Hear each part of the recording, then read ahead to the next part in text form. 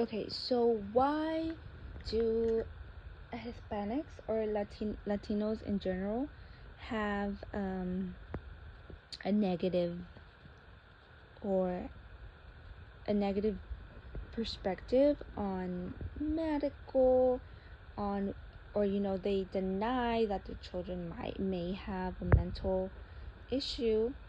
So I was looking for articles or literature reviews on that specific topic. Why are we the way that we are?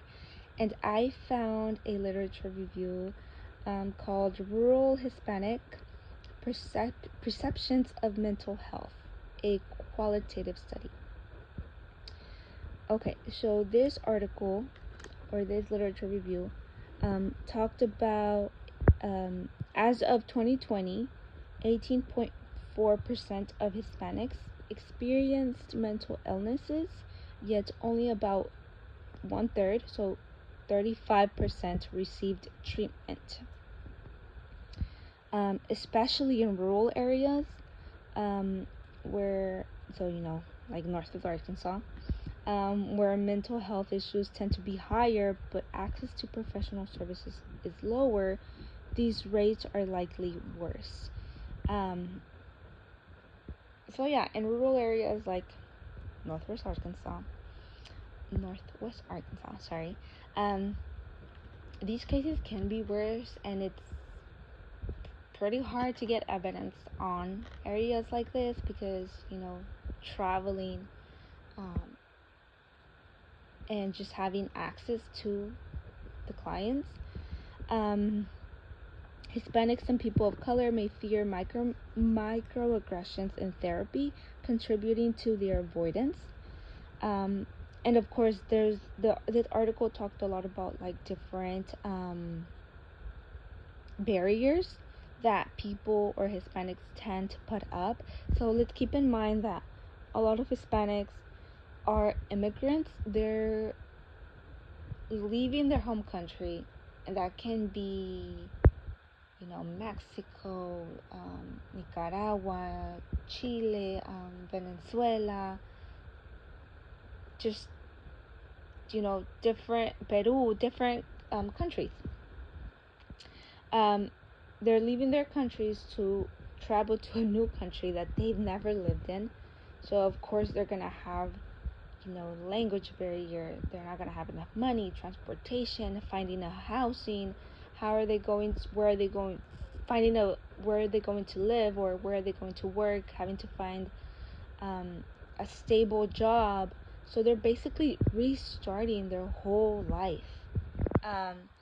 So of course the lack of Spanish language services is a large barrier for care. Spanish speakers often prefer bilingual providers rather than communicating through an interpreter. So I feel like we're getting way better at having staff who are bilingual. So here in NWA, if you go out anywhere, if you go to the bank, if you go to the clinic, dentist, you often see a lot of staff members who are both Hispanic. You see a lot of nurses who are Hispanic who speak Spanish, and that's good. I think that's something very, very good. But you still see very little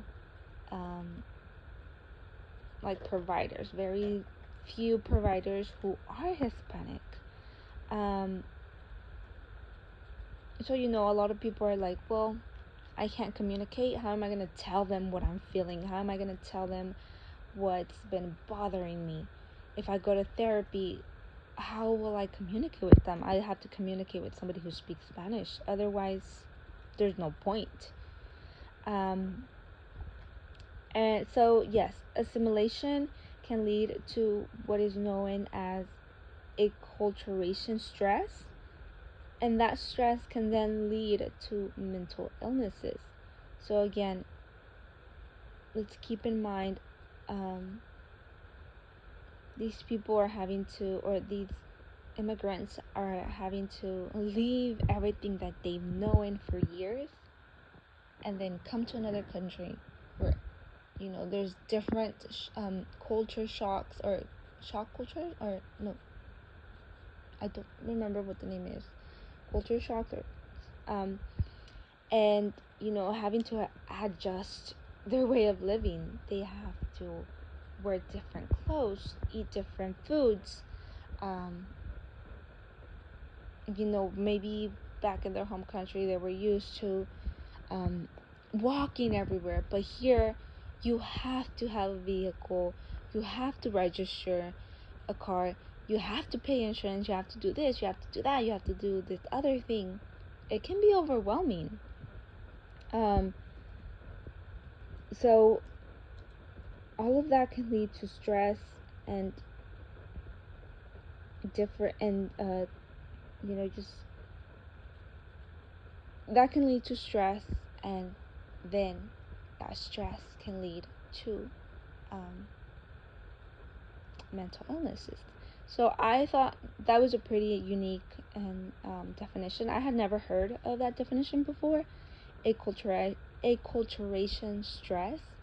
But yeah, I was glad that I found this article, and it showed me a little bit another perspective as to why people are the way that they are.